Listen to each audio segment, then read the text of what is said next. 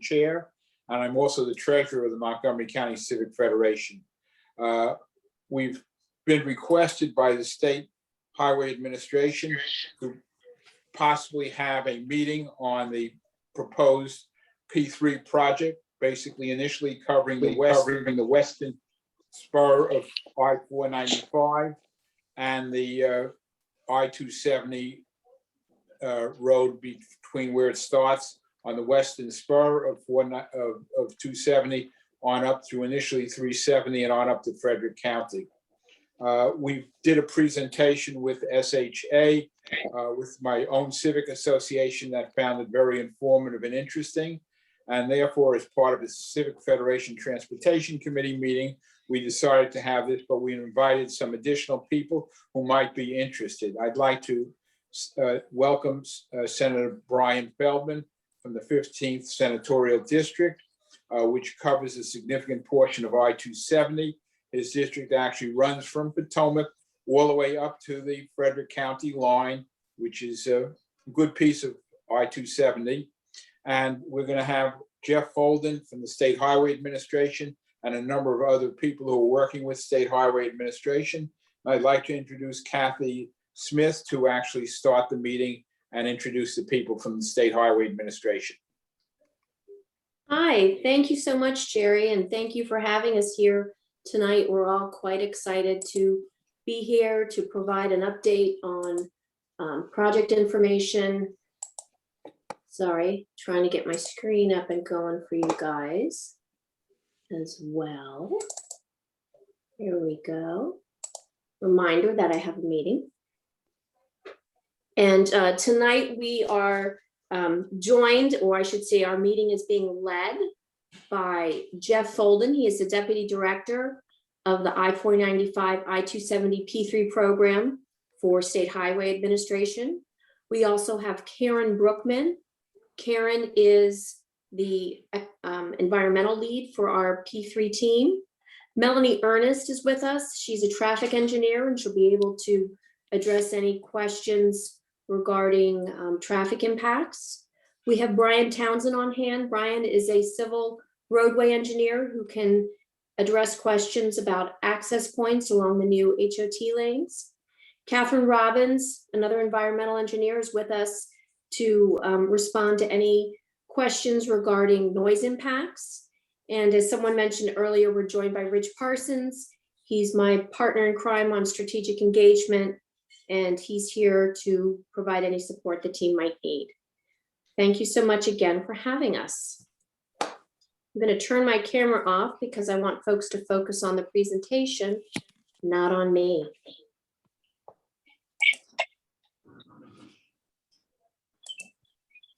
Our agenda tonight will provide an overview of the overall program. It will discuss how it's something very much in line with the regional transportation plan. We'll discuss the benefits of the P3 program. We'll provide an update on the managed lane study. We'll talk a little bit about the I-270 North update with regards to pre-NEPA work. We'll get into some of the program phasing for the phase 1 pre-development, and we'll also focus in on things that truly are impactful to the community, such as the proposed access points, traffic impacts, and impacts during construction. We do ask so that we can share all information and hopefully address most of the concerns that you allow us to get through the presentation. If there's not a really urgent question, you can either hold your question to the end, or if you want to type it in the chat, I can look at those towards the end and make sure that each of the questions are addressed. So without further ado, I will turn it over to Jeff. All right, thanks, Kathy. And as Kathy said, my name is Jeff Folden. I'm the Deputy Director for the 495 and 270 P3 program for MDOT SHA. So the 495 and 270 P3 program includes the entirety of 495 and 270 in Maryland. That's over 70 miles of highway improvements. But the first phase, which is phase 1, is known as the American Legion Bridge I-270 to I-70 Relief Plan. This phase begins in the vicinity of the George Washington Memorial Parkway in Virginia, where it will interface and tie in with the extension of the Virginia Express lanes. The project then includes the widening of the American Legion Bridge and extends north to I-270, and then up I-270 all the way to I-70 in Frederick. But our immediate focus is what we call Phase 1 South, which is from the vicinity of the GW Parkway to I-370, and this will address the choke point of the American Legion Bridge. The environmental review for Phase 1 South is part of our managed lane study, which is currently being completed. Phase 1 North is from I-370 to I-70 and Frederick, and that section's in the early pre-NEPA stage of environmental review.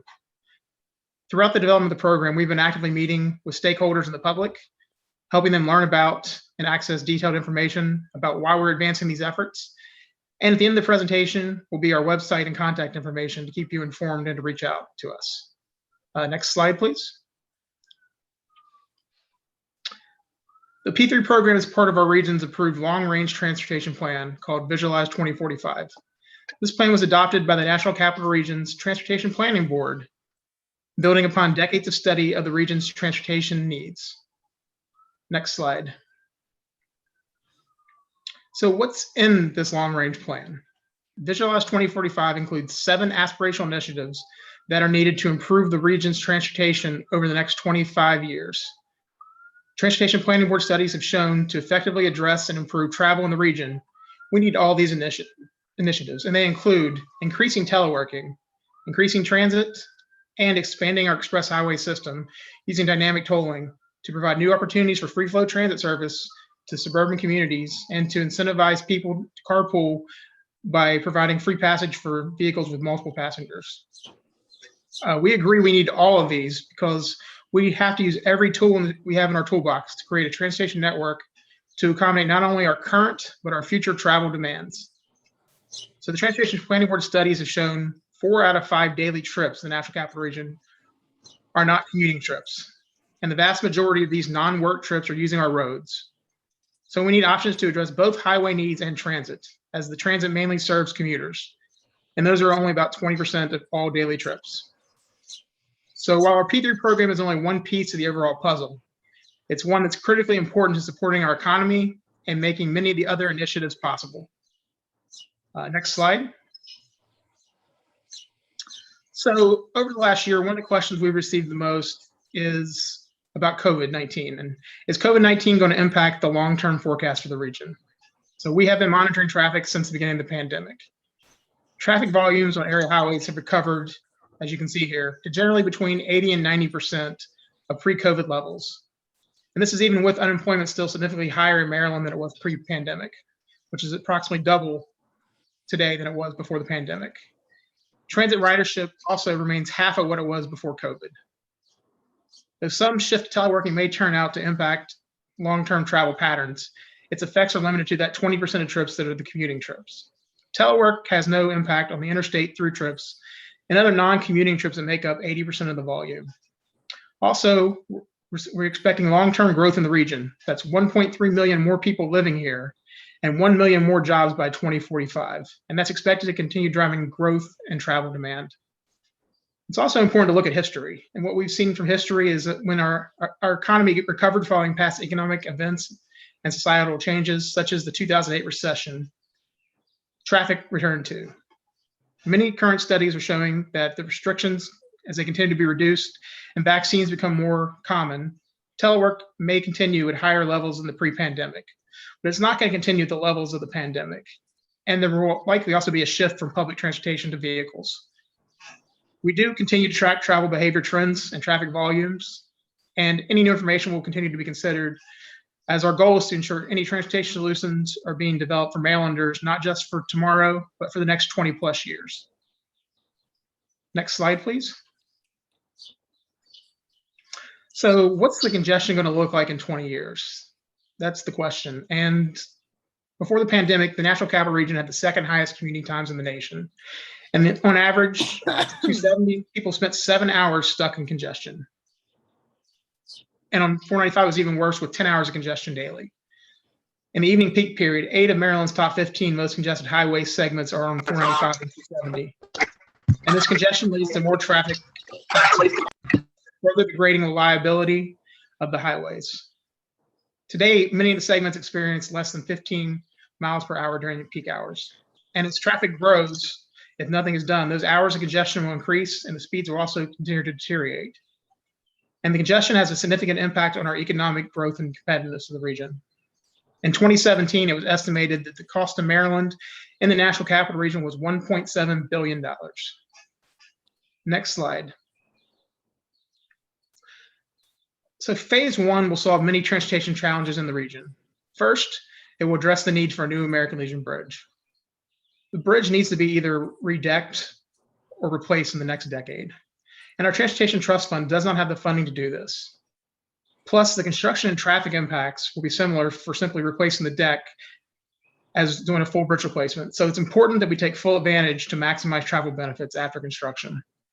The improvements we're looking at will improve travel times and reliability on some of these most congested freeway segments in Maryland. Simply building a wider bridge alone will not provide all these benefits.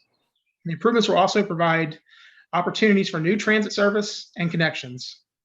Will provide the opportunity for a reliable transit trip within the corridor not possible now due to congestion.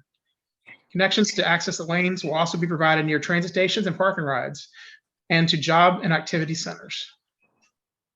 The improvements will also address barriers to bicycle and pedestrian access caused by the interstates. This includes a new bicycle pedestrian path across the American Legion Bridge, linking trails in Virginia and Maryland. Also provide connections across the interstates, linking communities. Next slide. So there's a significant economic benefit to the state of Maryland and the National Capital Region with this program. Improvements will provide for faster and more reliable movement of goods and services and improved access to employment centers and housing. So the average household loses $2,000 per year to congestion. This will help put more money into people's pockets. The delivery of these improvements will rebound from COVID-19. It's estimated that the first section of the P3 program will cost over $3 billion in private investment and support over 7,500 jobs per year during the construction phase. And phase one will provide real transportation savings to our Transportation Trust Fund, providing hundreds of millions of dollars in infrastructure investment to upgrade our system to state of good repair to these existing roads and bridges that without the P3 and the private investment will have to be done otherwise with our limited transportation funding. This will allow these limited funds to be used for other necessary transit and highway improvements. Simply put, this program will boost Maryland's competitiveness in the region and improve quality of life. So next slide. And now I'll turn it over to Karen Brookman to discuss the I-495 and I-270 managed lane study. Thanks, Jeff. So as Kathy mentioned, my name is Karen Brookman. I'm the environmental lead for the managed lane study. And I'm going to take the next couple of slides to talk about that study. The managed lane study is the first environmental study under the P3 program, and it covers 48 of the 70 miles under the program and is being done in accordance with the National Environmental Policy Act, or as we call it, NEPA. The study begins in Virginia, south of the George Washington Memorial Parkway on 495, crosses the American Legion Bridge, and extends west to Maryland 5 in Prince George's County. And then along I-270 from the Capitol Beltway up both of the I-270 spurs to north of I-370 or the ICC. Next slide. So the managed lane study has been underway now for 3 years, and we have studied numerous alternatives, including transit-only alternatives, and those include bus rapid transit, heavy rail, and light rail. And we also, at the request of Montgomery County, studied another alternative, which included diverting traffic off the top side of the Capitol Beltway and onto Maryland 200, which is the ICC. The draft environmental impact statement, which was published last July 10th, 2020, and was open for over 100 days for public and agency comment, presented traffic, engineering, and environmental impacts associated with the no-build alternative, as well as 6 build alternatives. Again, we had a 123-day public and agency comment period. We received close to 3,000 comments.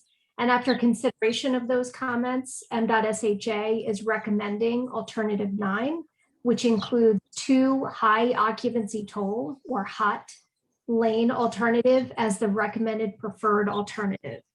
And this alternative will be in the final environmental impact statement. Next slide. So alternative 9, I guess, again, it's the high occupancy toll or hot lane alternative, includes 2 hot lanes in each direction. On I-495, again, it's 2 hot lanes, but on I-270, it is converting the existing high occupancy vehicle lane to a hot lane and then adding an additional hot lane, and that will give us 2 hot lanes in each direction throughout the entire interstate system within the study area.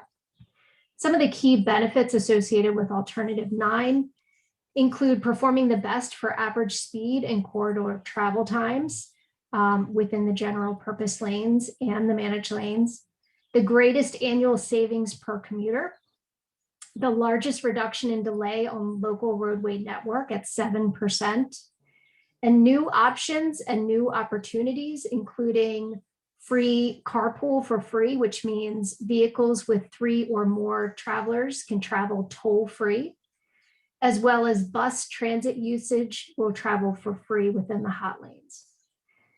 Alternative 9 and the hot lane alternative is the most regionally compatible with the existing system in Virginia.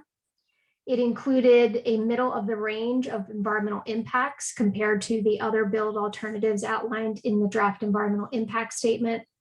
And it was the build alternative that received the most favorable comments from the public during the DEIS public comment period. Next slide. So another major factor in choosing alternative 9 as the recommended preferred alternative is travel time.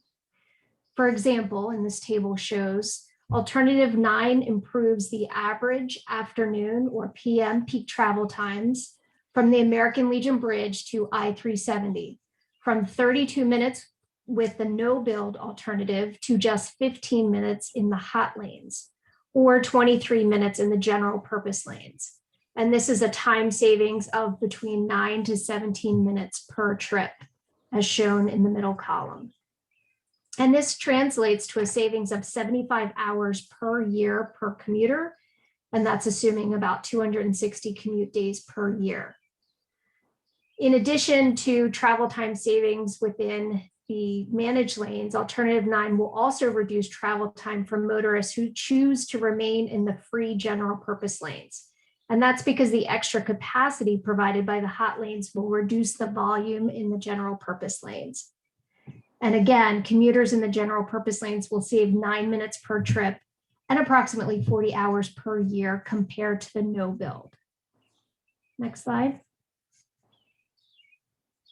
So along with the identification of the hot lane alternative as the recommended preferred, MDOT SHA is also committing to incorporate many of the recommendations, comments, and feedback we have received from local governments, resource and regulatory agencies, stakeholder groups, elected officials, and the public. And these commitments include bicycle and pedestrian connections, transit elements, and environmental enhancements. And these proposed commitments are focused on supporting new options for travel, reducing reliance on single occupancy vehicles, enhancing existing and planned transit and supporting new opportunities for regional transit service, providing meaningful mitigation and enhancements to adjacent resources to improve values and functions which may be compromised by the build alternative, and collaborating with our agency partners and stakeholders to further reduce and avoid impacts. And the slide shows some of the bicycle and pedestrian connections, including a commitment to a new pedestrian and bicycle path across the American Legion Bridge. We are also proposing environmental enhancements, and these are above and beyond mitigation for direct impacts. And these are really aimed at addressing water quality concerns on parkland. We are also committing to certain regional transit improvements, including bus capacity expansion at the WMATA Shady Grove Metro Rail Station and expansion of park and ride, including at the Westfield Montgomery Mall Transit Center. Next slide. So again, MDOT SHA has committed to priority bicycle and pedestrian connections really to remove barriers and provide connectivity for bicyclists and pedestrians, consistent with connections that have been identified in county master plans as priorities. For instance, and I mentioned this in the last slide, a new bicycle and pedestrian trail across the American Legion Bridge, and this will connect Mount Vernon in Virginia through Montgomery County and Western Maryland along the C&O towpath. And this will create new opportunities for bike tourism in Montgomery County. Next slide. So we have also been looking at these hot lanes will connect people to transit through improved access to metro, MARC, and bus stations, and would provide new opportunities for transit between suburbs. Notably, there are 11 new potential transit services that were identified that would be supported by the hot lanes infrastructure. And this includes multiple routes in the I-270 and American Legion Bridge corridor. For example, Frederick to Shady Grove, Germantown to Tysons, and Bethesda to Tysons. And all of these new service routes could be designed so that any combination of destinations in the corridor could be accessed on this network with only one transfer or no transfers. We also have a number of capital improvements that would need to be made to add station capacity, bus bays, park and ride capacity at key transit centers within the corridor. And there is a transit coordination report that is up on the P3 website, and I believe the last slide has our website. And it goes into much more detail and projects an estimated 10,000 new daily transit riders on the system supported by these improvements. Next slide. So while the improvements that I just mentioned, which are the new hot lanes and alternative 9, are being studied south of I-370 on I-270, we have recognized that for more than 20 years, improvements are also needed north of I-370 on 270, all the way up to I-70 in Frederick. Our second environmental effort under the P3 program is the I-270 pre-NEPA effort. And this includes improvements along I-270 from 370 to I-70, and it's approximately 23 miles. And some of this work includes coordinating with our agency partners, the public, gathering existing environmental and traffic information to set the foundation for a future NEPA study. And right now we're looking at developing options for highway and transit solutions that can be integrated to address long-term transportation needs on the I-270 corridor. Next slide. So our review has shown that congestion has continued to grow on this section of I-270 over the last 20 years. No major improvements have been made, and traffic in some of the sections has grown by 50%. Traffic in this section of I-270 is mainly caused by backup southbound due to ramps with high volume merges, or northbound due to lane reductions. This congestion will get worse if significant improvements are not made on I-270. Frederick and Montgomery County are projected to increase in population by nearly 25% by 2045. And this means traffic and congestion will simply continue to grow on I-270. We project traffic volumes will increase between 17 to 28% on this section of I-270. From the existing congestion and that projected growth in population and traffic, it may be easy to understand what we see the transportation needs are for this corridor. And certainly you can see on the map the 2040, the afternoon peak, and the speeds within the corridor to really understand the existing issues and future issues if nothing is done.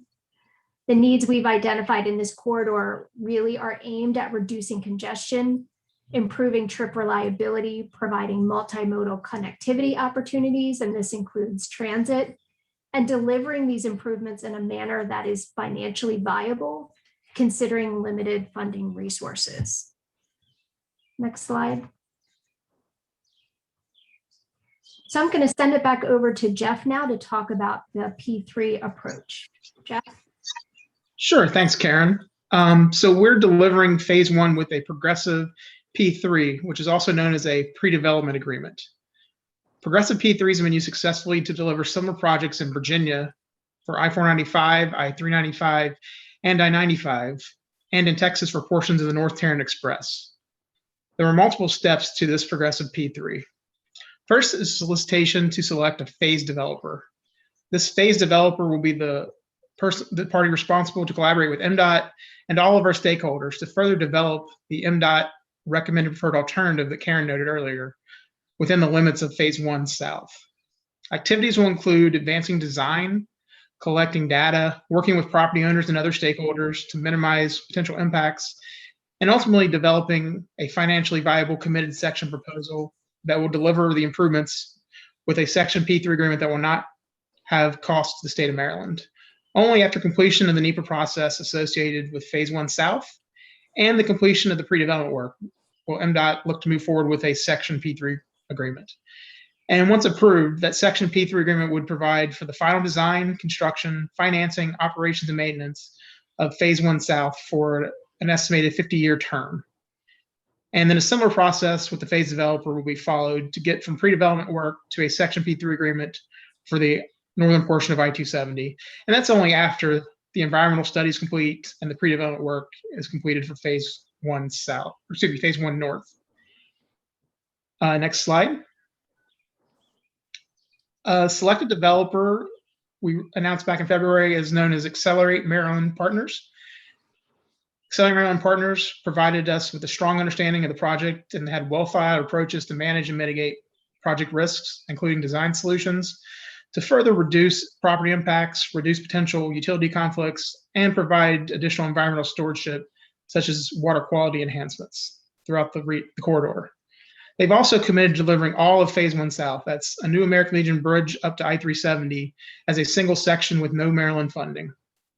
The proposal provided commitments for additional improvements during construction of Phase 1 South to address Vision Zero goals by improving safety of bicycle and pedestrian connections.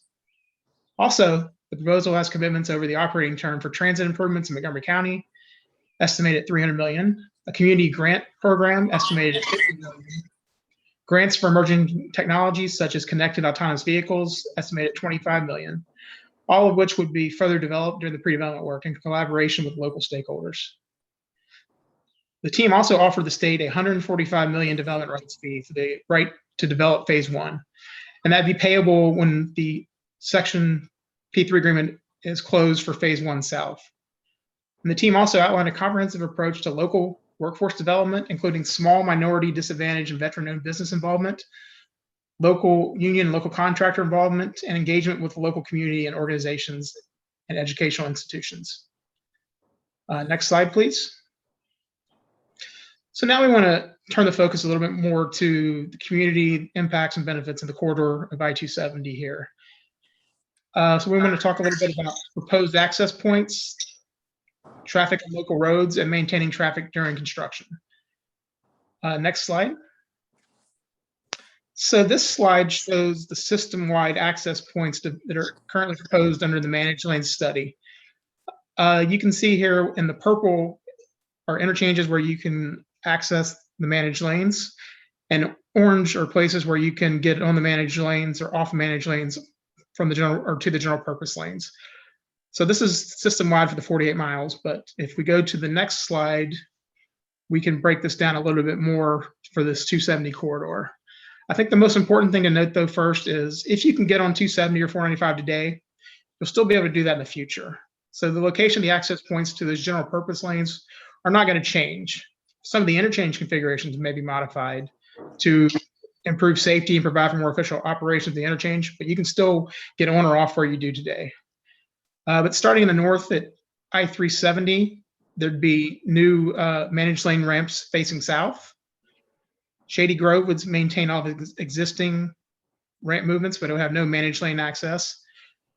New managed lane access will be provided at Goody Drive, both north and south facing. 28 and 189 would maintain their existing ramps, general purpose lanes with no managed lane access. Wooten Parkway would have northbound and southbound facing ramps for the managed lanes only. Montrose Road would still remain the same with its access points. Westlake Terrace would become both northbound and southbound facing ramps for the managed lanes, and Democracy Boulevard would maintain its existing ramps. And ultimately, on the east spur, past 187 Rockledge Drive is where phase one would transition back into the existing condition of the 270 east spur. Next slide, please. So this looks at how we're evaluating traffic effects on the local network. As part of our ongoing work, we're preparing what's called an interstate access point approval for the Federal Highway Administration. This looks at the operation safety of each interchange, including the nearby intersections, and analyzes any localized increase in demand on the cross streets near that interchange. This analysis helps us determine what changes are required to the local roads to ensure acceptable operations for the long-term 2045 forecasts. So this graphic shows at a high level the changes in volumes of vehicles at the intersections in the morning 2045 peak period.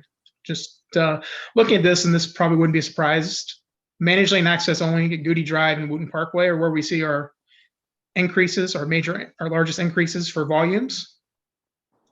But where we don't have managed lanes access, we see generally decreases in volumes or minor increases in volumes.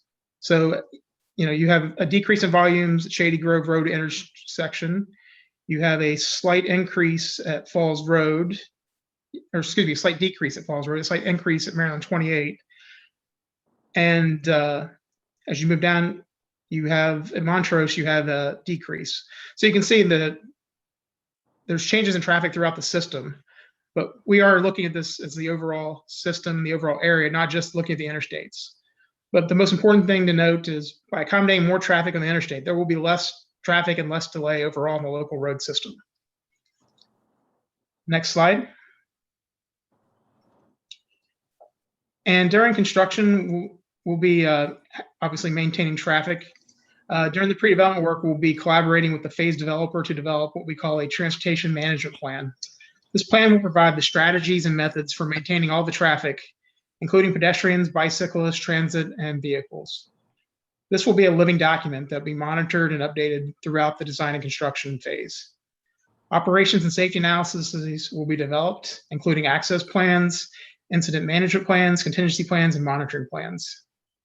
And strategies to keep the public informed and updated on the progress of the work will also be outlined.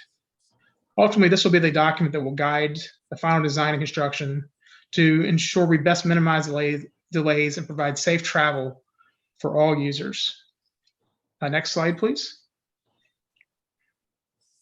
So just wanted to talk a little bit about the timeline for the phase one pre-development and finalization of the managed lane study. As I noted earlier, we selected a developer back in February. We'll be proceeding in late spring or early summer to seek approval from the Maryland Board of Public Works for that phase P3 agreement. Ultimately, we'd expect that pre-development phase to take about a year for that first section, coming back to the Board of Public Works in summer of 2022 to seek approval of the section P3 agreement for that phase south section. And ultimately, if that's approved in the summer, we would finalize financing by fall of 22, which will allow final design and construction to begin. The managed lane study is being completed on a concurrent path, and we expect it to be completed by the end of the year. And then ultimately, assuming the managed lane study is complete and we've got the pre-development work complete, all those are precedent to go into the Board of Public Works for getting that section P3 agreement approved and the financing finalized. And the big question we always hear is, how long is it going to take to build? Our estimate right now is we start construction and final design in fall of 2022. We would take about 5 years to complete the 14 miles. So many Americans have American Legion Bridge to 70. So, next slide, please.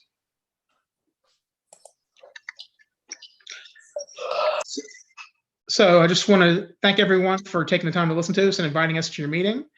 We appreciate the time to present. And at this time, we can take questions that anyone may have. Jeff, this is Jerry Garson.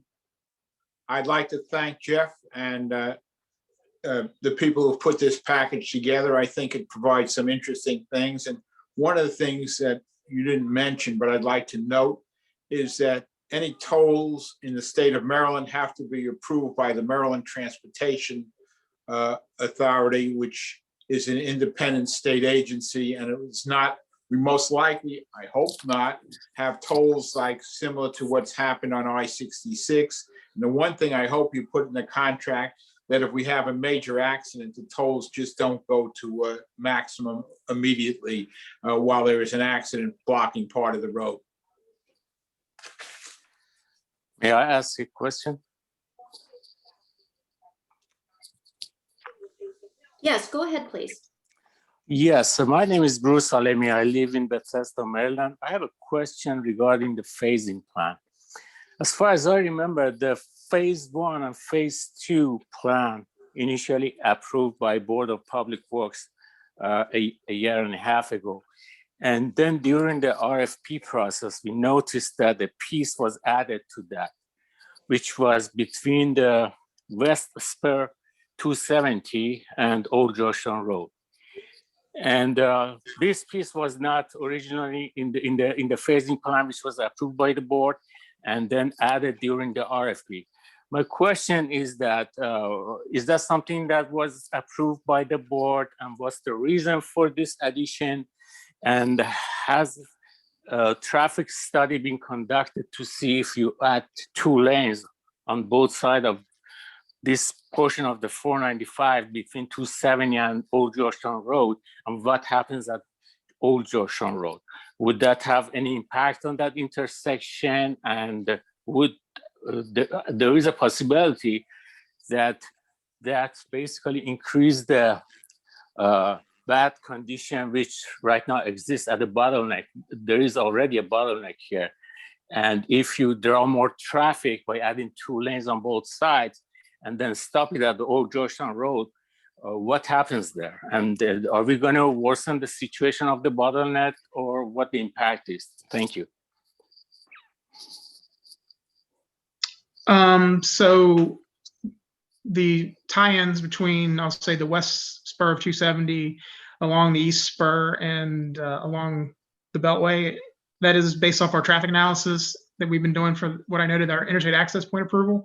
So that's the distance we need to go to take the system and tie it back down into the existing lane system. So that is the purpose for that. You've got to have a transition period from the system, the hot lane system, to the existing conditions. So you have the ability for the traffic to merge over and transition back into the general purpose lanes.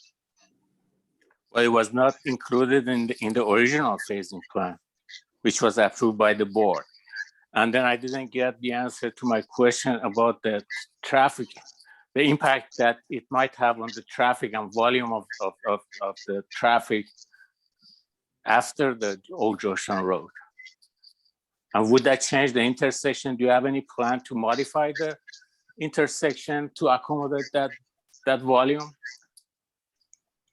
So we've got one of our traffic engineers, Melanie, on the line. I'll ask her if she has that information. Hi, this is Melanie Ernest.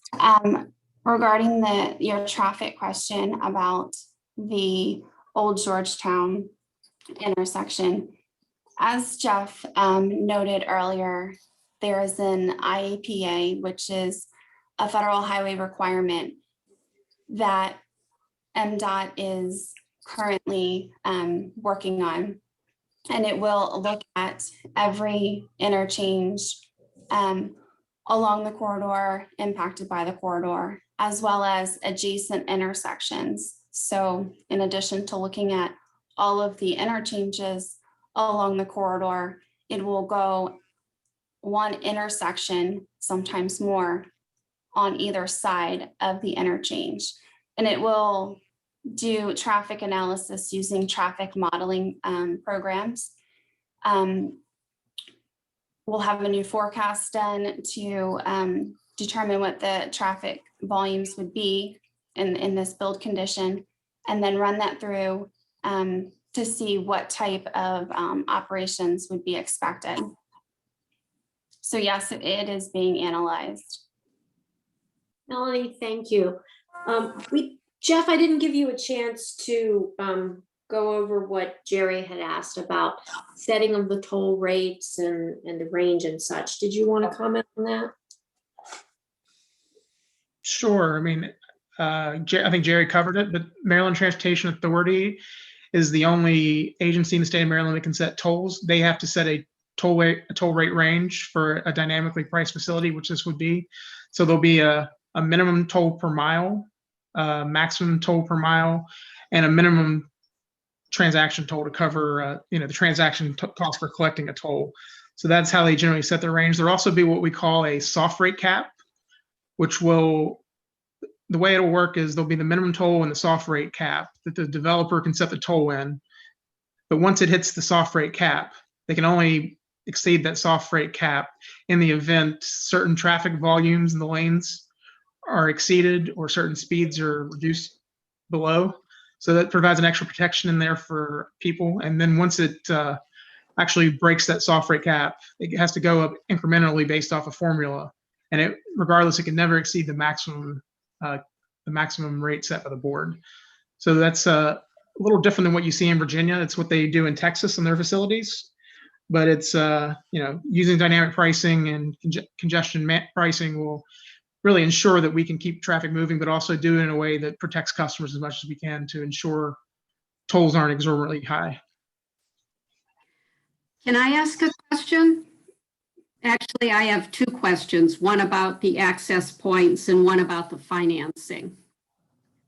My name's Barbara Sofel, and I'm closer to Bethesda, but looking at the access points on your slide, I know that the Maryland National Capital Park and Planning Commission has been critical of the design of the access points because people will not be able to easily access a toll lane from the general lanes. So it looks like here, if you were to get on at, say, Maryland 189 and travel north, but you want to be on a toll lane, you would have to get off at Maryland 28, drive through the community to access a toll lane at Goody Drive. Is that correct?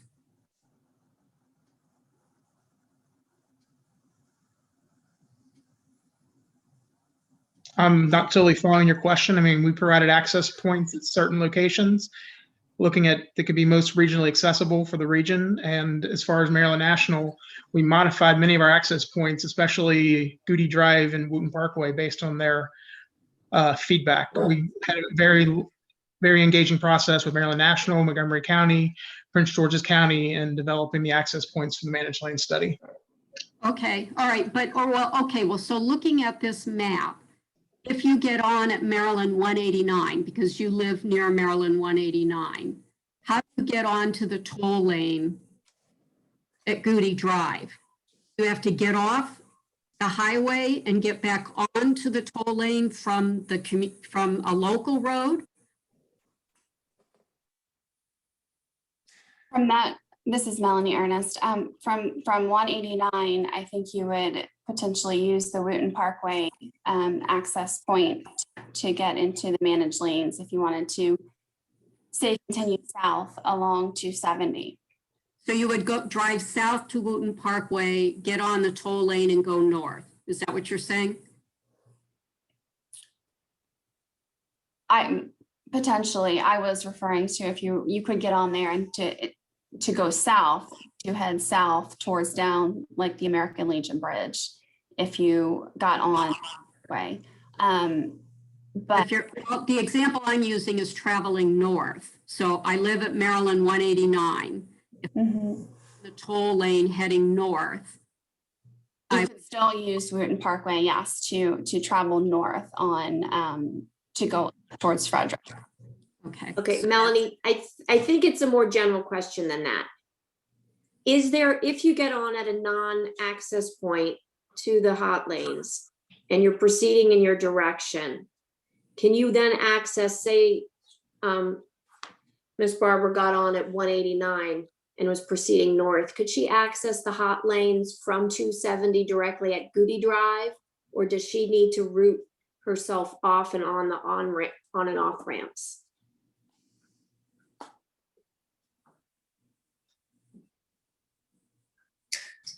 This is Brian Townsend. as Kathy mentioned at the beginning, I'm one of the civil engineers working on the project. So yes, that's correct. If you got on the system at Maryland 189 and you were headed northbound, there would not be an opportunity in Phase 1 South here to get into the managed lanes directly once you're already on 270. There are a few places in the system where operationally that was shown to function over the whole MLS study. And those were on that global map, but in this stretch, we're not currently envisioning that. So Okay. people So- would choose an access point to either get into the PML system, the managed lane system, or not. Or, I mean, for the communities near the access point, that could be a real problem, right? You'd have all this access points because people are getting off of 270 in order to get onto a hot lane further down the road or up the road. All right, well, so my second question has to do with the financing. So, Jeff, you mentioned, about the advantages of P3s and that there'd be no cost to the state. The Department of Transportation put out a study in 2016, and there was also a study by the Congressional Budget Office, which found that basically it's more expensive to do P3 financing than it is to do traditional financing. And I know that this is an issue that the treasurer, Nancy Kopp, has raised a few times in the Board of Public Works meetings, her concern that really this is not a good deal for the people of Maryland. And I know that the Department of Legislative Services has also raised this question a couple years ago because there's been no comparison to show that this isn't going to be a disadvantage financially. And the draft environmental impact statement showed that the cost that Maryland could be on the hook for as much as $482 million in subsidies to the developer. And, frankly, during the General Assembly, MDOT objected to a provision in the MDOT Promises Act that would have prohibited subsidies to the developer. So my question is, there's a lot of talk about how this isn't going to cost taxpayers any money, but it seems kind of doubtful because of the concerns that the treasurer, Nancy Kopp, is raising, and because MDOT wasn't willing to have a provision in the MDOT Promises Act that prohibited subsidies.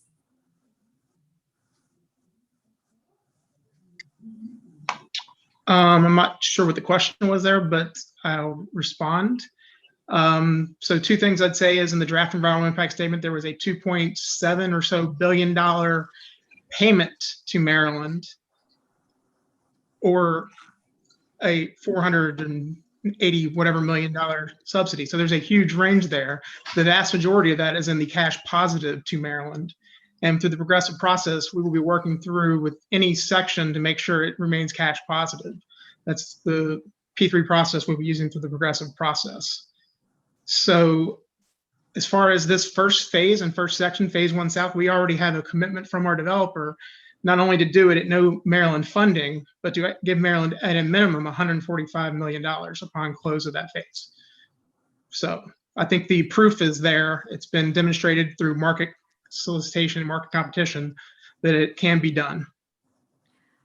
Except that it isn't done that. I mean, that's what the Congressional Budget Office and U.S. Department of Transportation said is that these projects are not free to the taxpayers. That they generally require subsidies.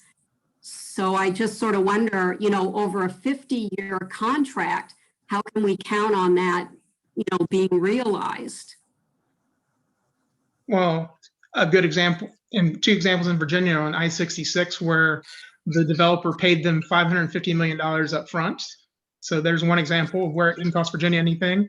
Another example of how it protects taxpayers is on 485 in Virginia, where the developer had to infuse $280 million of its own equity because of the recession back at the beginning part of the 2010 decade, which if without a P3, if it were state funded, the state would be finding $280 million of its own money, cutting projects from budgets. So there's significant value to the state for having that long-term fixed price for whatever the term of a contract is. Thanks, Jeff, and thanks, Ms. Sofel. Who else would have a question? Jerry, did you This have is any other Paula. questions? Oh, Yeah, I have a couple of Paula questions. Bienenfeld. Oh, You want to let Paula speak first, and I'll ask my questions? Okay, thanks. thank I'll have you. a shorter question, probably. What caught my eye was the $50 million in community grants. Are these $50 million, are the grants supposed to be for transportation issues? And how will they be administered? And what kind of oversight will there be on the $50 million worth of grants? A lot of those details still have to be fleshed out in the pre-development work, but it's not for transportation necessarily. It's for multiple things for the communities.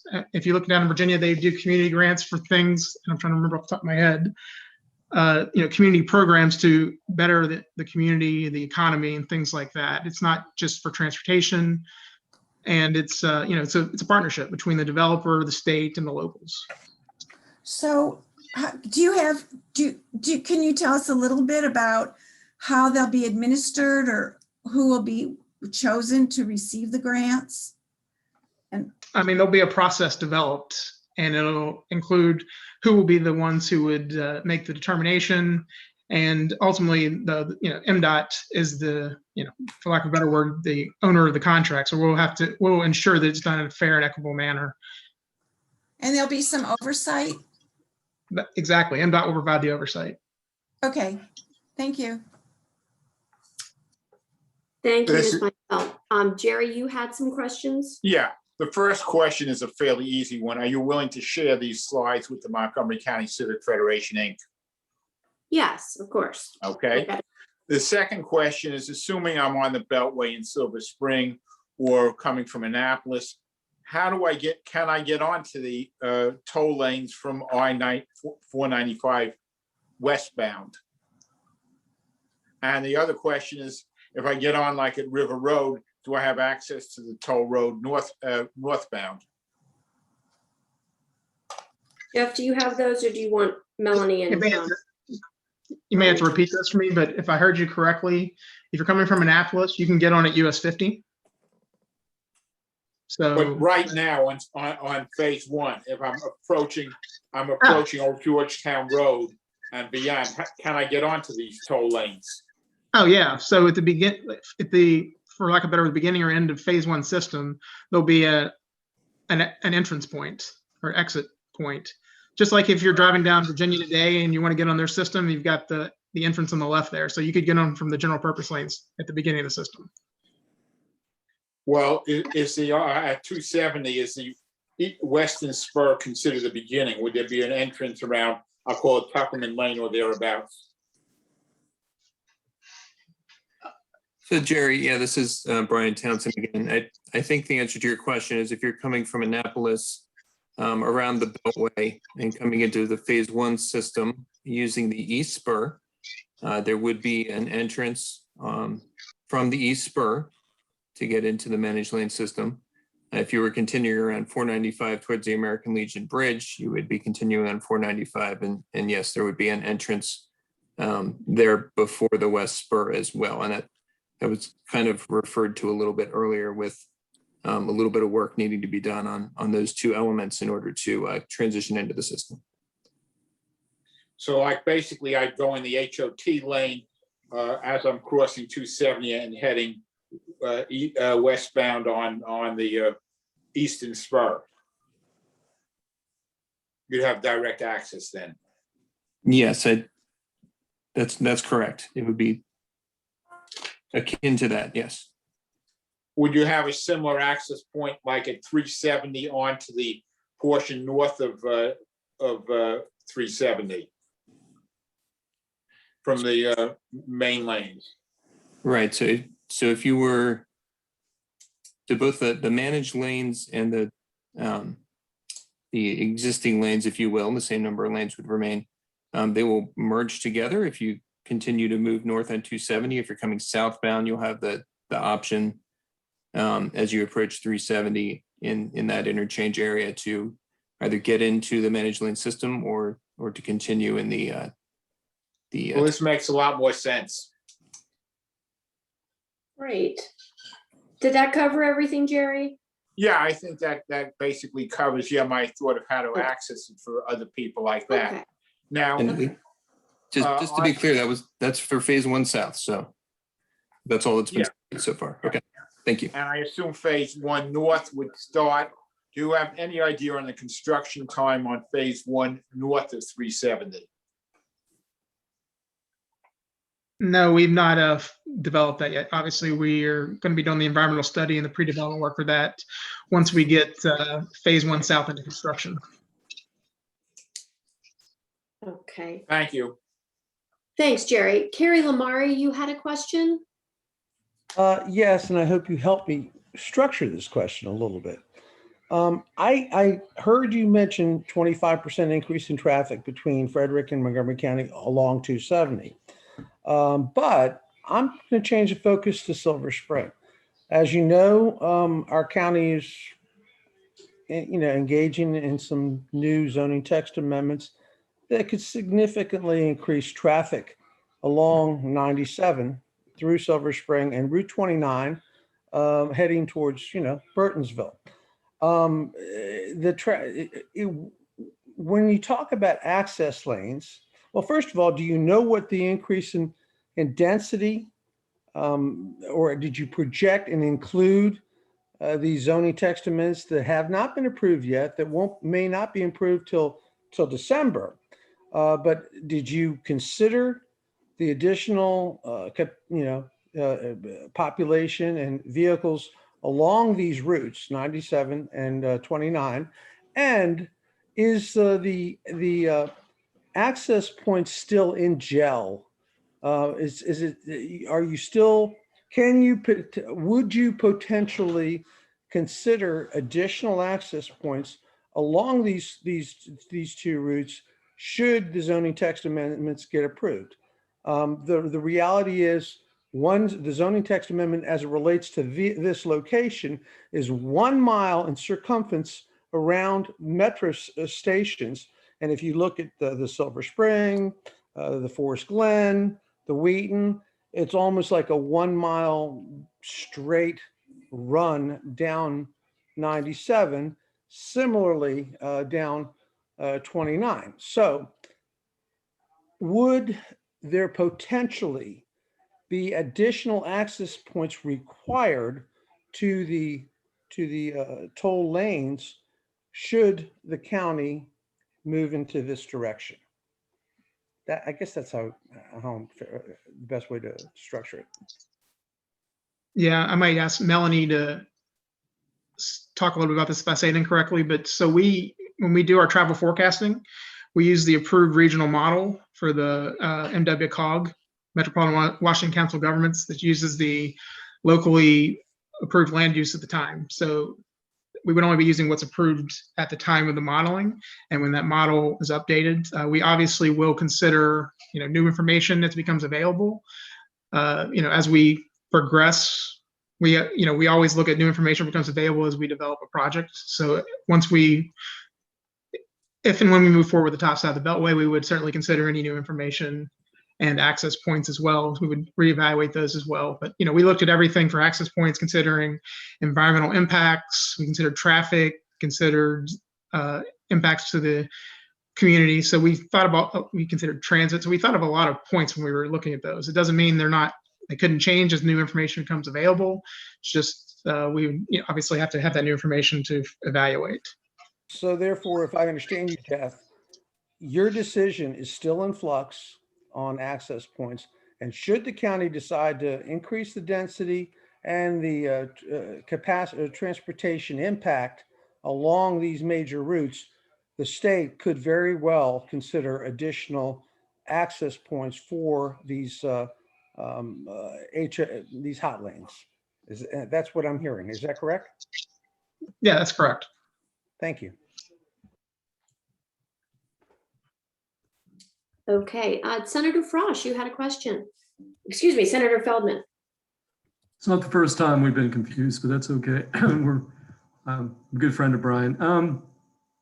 Just real quick, you know, I don't know if MDOT is having any sort of conversations with our federal delegation. Obviously, you know, there's a negotiating going on in Capitol Hill with respect to a potentially very massive federal infrastructure plan. Is there anything that could emerge from the Hill, you know, that would alter the analysis here? Obviously, as this thing has proceeded forward, this was pre-Biden presidency, pre-discussions about a massive infusion of federal dollars into infrastructure. And I'm just trying to get a sense of if anything could emerge from the Hill in a big way, infrastructure-wise, that could alter, again, the economic financial analysis here of what you've outlined in the presentation. Excuse me. I think if you're looking at it from the perspective of, will there be federal dollars that would support this instead of being private financing? I don't think anything I've heard would be anywhere near enough capital to do that. What would be important would be a couple things, probably, in my opinion, would be private activity bonds being expanded. I know the current allocation of private activity bonds is pretty much used up, so that's an important thing to help with financing. And then also TIFIA loans. You know, if there were any expansion of TIFIA loans from the 33% to 50% to provide even lower interest rates and cheaper cost of capital, those two things would be very, you know, cash financially positive to this. Okay, thank you. Thank you. Could I ask a question following up on Senator Feldman's question? This is Barb Sofel again. Sure, Ms. Stoffel, go ahead, please. Thank you. So it's, as I understand it, the Federal Highway Administration has put in meters on entrances to I-270 to ease congestion. And they spent about $100 million on that, as I understand. They have not been turned on. And I know there have been a lot of recommendations to change the merge patterns on 270 and to remove the local lanes in order to ease congestion. So, you know, if we get more federal dollars that perhaps could be committed to dealing with the American Legion Bridge bottleneck, and you do these other things that have been recommended, you know, wouldn't that be a better way to go about this project for phase one so that you're not doing a whole lot of environmental damage, you know, all up through the county, and you're doing it with traditional financing and federal dollars?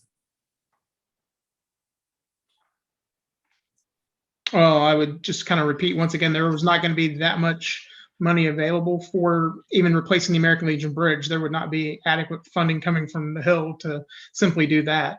Our improvements in the 270 corridor, where you're talking about the ramp metering, that is, you know, MDOT SHA, not Federal Highway, you know, have been constructing what I'll call short-term spots, operational improvements, including ramp metering. But those improvements, based on our analysis, aren't going to last past, you know, the horizon year of 2040, 2045.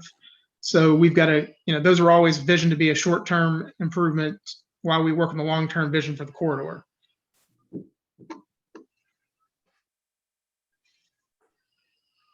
Okay, thank you, Jeff. Senator Feldman, did you have another question, or is your hand still up from earlier? No, I'm sorry. I'm good. I'll take. Okay. Any other questions tonight?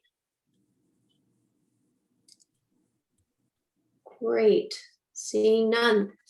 Just wanted to take a last moment to say thank you to everyone for joining us tonight, and to Jerry for connecting us with your group.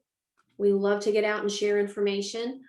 This last slide, this whole slide deck will be shared with the Montgomery County Civic Federation for your future use and information.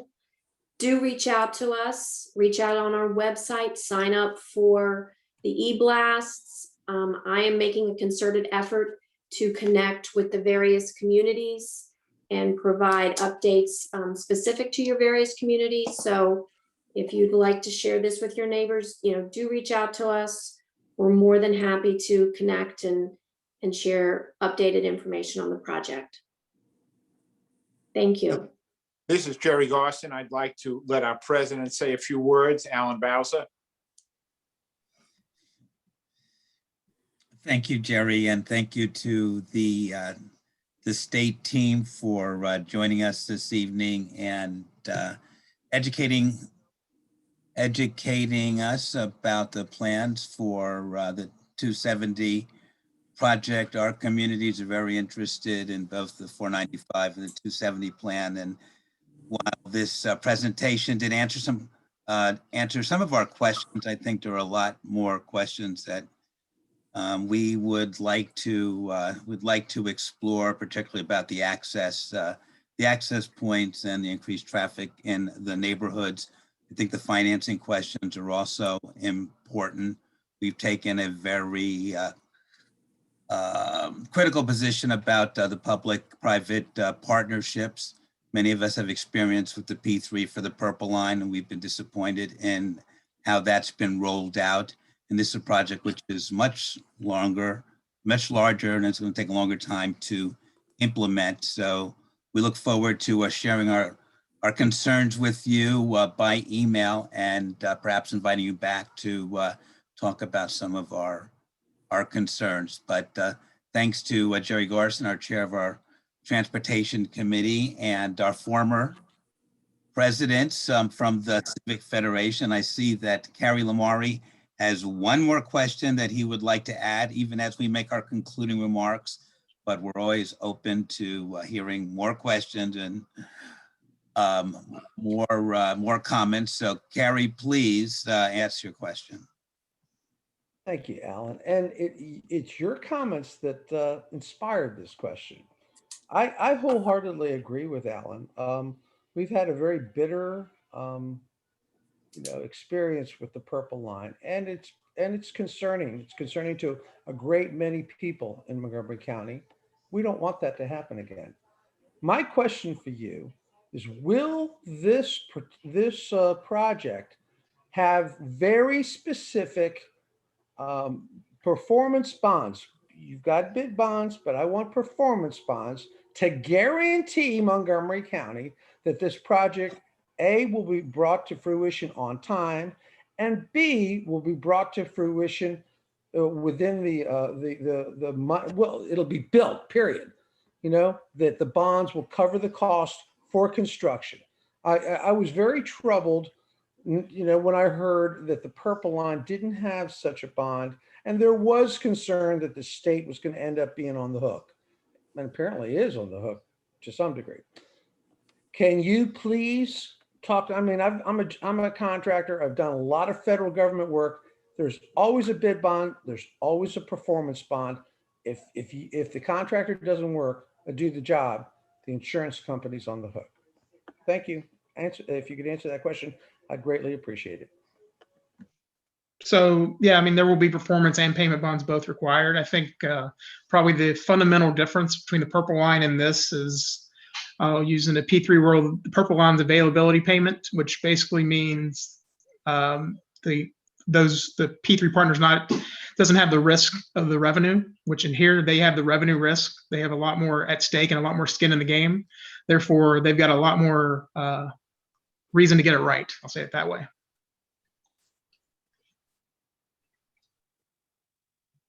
Thanks, Jeff. I see there's. Thank you, and thank you, Alan, for allowing me, to ask that question.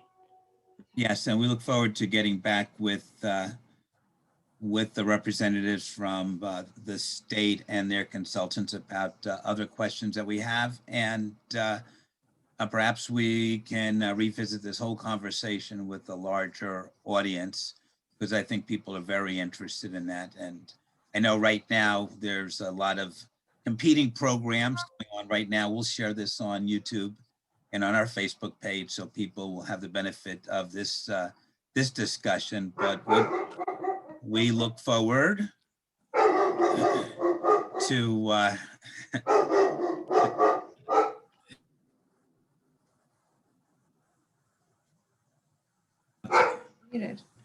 forgive forgive me. We have a dog who gets really excited about MSNBC.